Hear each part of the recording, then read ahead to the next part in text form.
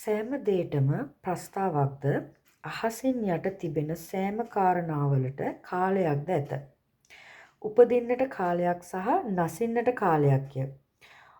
සිටුවන්නට කාලයක් සහ සිට වූ ඒවා උදුරා දමන්නට කාලයක්ය.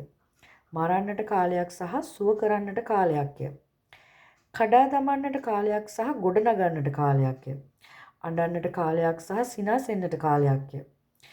විලාප කියන්නට කාලයක් සහ නටන්නට කාලයක්ය.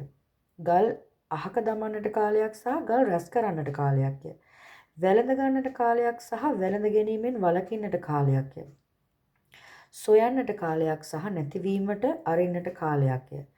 තබා ගන්නට කාලයක් සහ අහක දමන්නට කාලයක්ය. ඉරන්නට කාලයක් සහ මහන්නට කාලයක්ය. නිශ්ශබ්දව සිටින්නට කාලයක් සහ කතා කරන්නට කාලයක්ය. ප්‍රේම කරන්නට කාලයක් සහ ද්වේෂ කරන්නට කාලයක්ය. යුද්ධයට කාලයක් සහ සාමදානයට කාලයක්ය. යමක් කරන්නාට තමා වෙහෙසෙන දෙයින් කවර ප්‍රයෝජනයක්ද? දෙවියන් වහන්සේ මනුෂ්‍ය පුත්‍රයන්ට කරන්නට දී තිබෙන වැඩ මම දුටිමි. උන්වහන්සේ සියලු දේම ඒ කාලයට සුදුසු ලෙස සලස්වා තිබේ.